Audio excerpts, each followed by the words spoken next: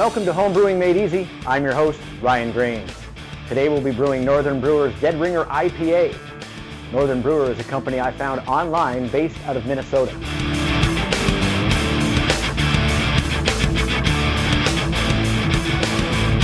Let's look at what's in the box.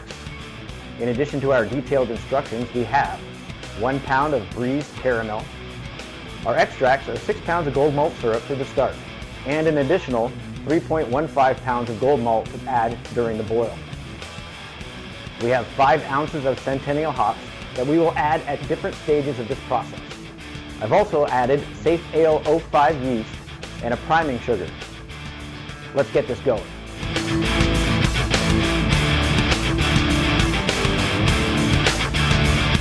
After I clean my pot thoroughly, we'll set up the pot with 2.5 gallons of water and get the burner going. As usual, I will use purified water, but tap water will work just as well. While that heats up, we'll put the grains into a bag. We'll then add them to the water and steep. Holding the temperature between 150 and 160 degrees, we'll steep for at least 30 minutes.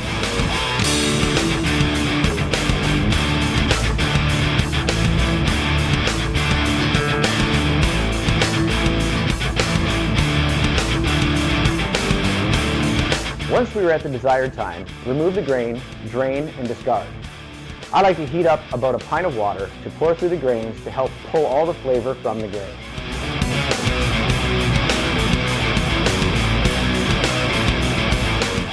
Time to turn the burner up and bring the water to a boil. Once at a boil, remove from heat and add the first 6 pounds of malt syrup.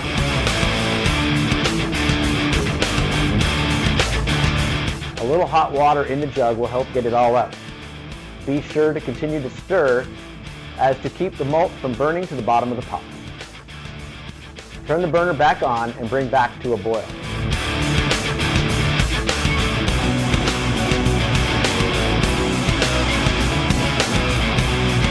During the boil, we'll add the hops in shifts.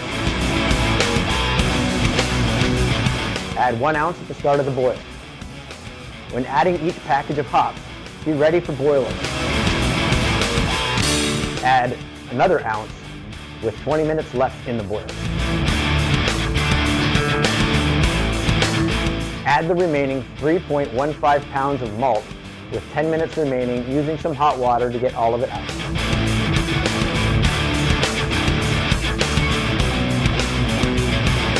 Add 2 ounces of hops with 5 minutes left in the boil. The last ounce will be added a few days before we bottle.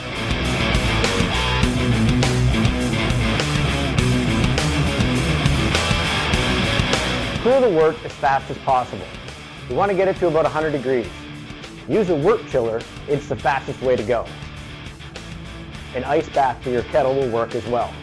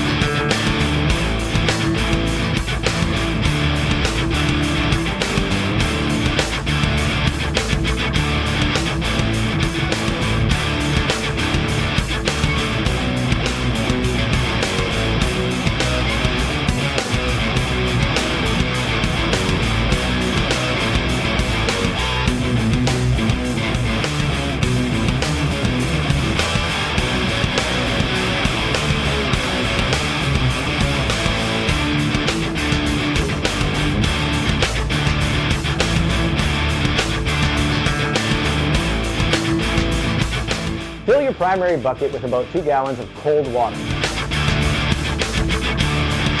Pour your wort into primary, trying to leave as much sludge behind.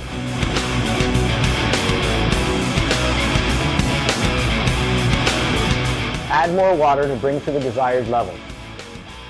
Stir to agitate, making sure not to spill. At this time, we will measure our gravity using the hydrometer. Record this number for later. Once the wort is about 70 degrees or lower, it's time to pour the yeast. Seal the fermenter. Put a tablespoon of water into the airlock.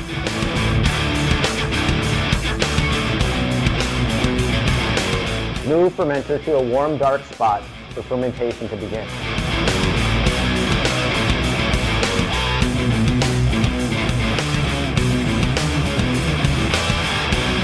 Active fermentation should begin within 48 hours.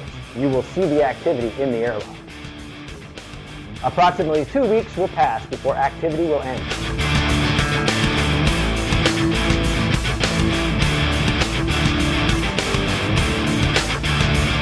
As an experiment for this brew, at this point I will take the gravity again, then I'm going to stir the mixture, cover and let ferment a bit longer.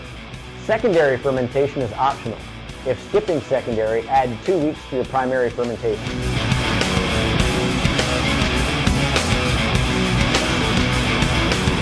Sanitize the equipment needed to transfer the beer to the secondary. Siphon beer from one bucket to the other, trying to leave as much of the settled materials in the bottom of the first bucket.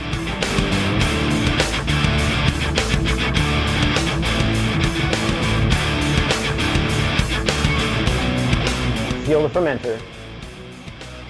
Allow beer to condition for 2 weeks before moving to the next step, which is adding the final package of hops directly into the new beer.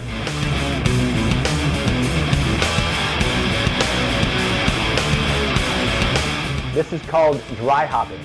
We will do this for 3 to 5 days before bottling. I dropped the hop pellets in. I will crush the pellets next time so they mix a bit better and hopefully sink to the bottom of the wort. It's time to bottle.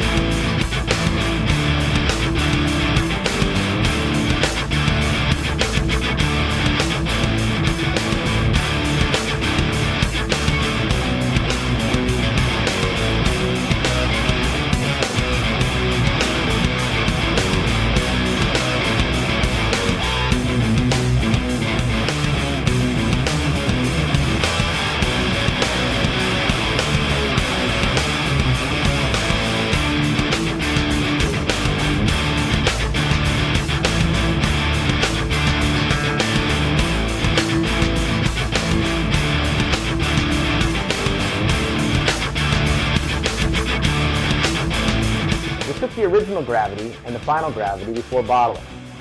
Let's calculate the approximate ABV, or alcohol by volume, of our beer. To do this, we subtract the final gravity from the original gravity and multiply by 131.25. My Dead Ringer IPA is about 5.6% alcohol.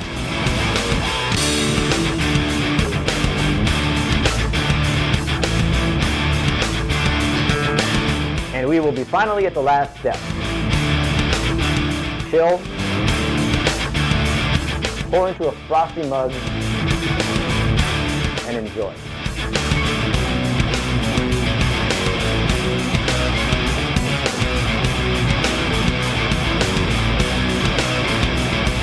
This has been a step-by-step brewing of Northern Brewers Dead Ringer IPA. I'm Ryan Grains. Thanks for tuning in. Cheers.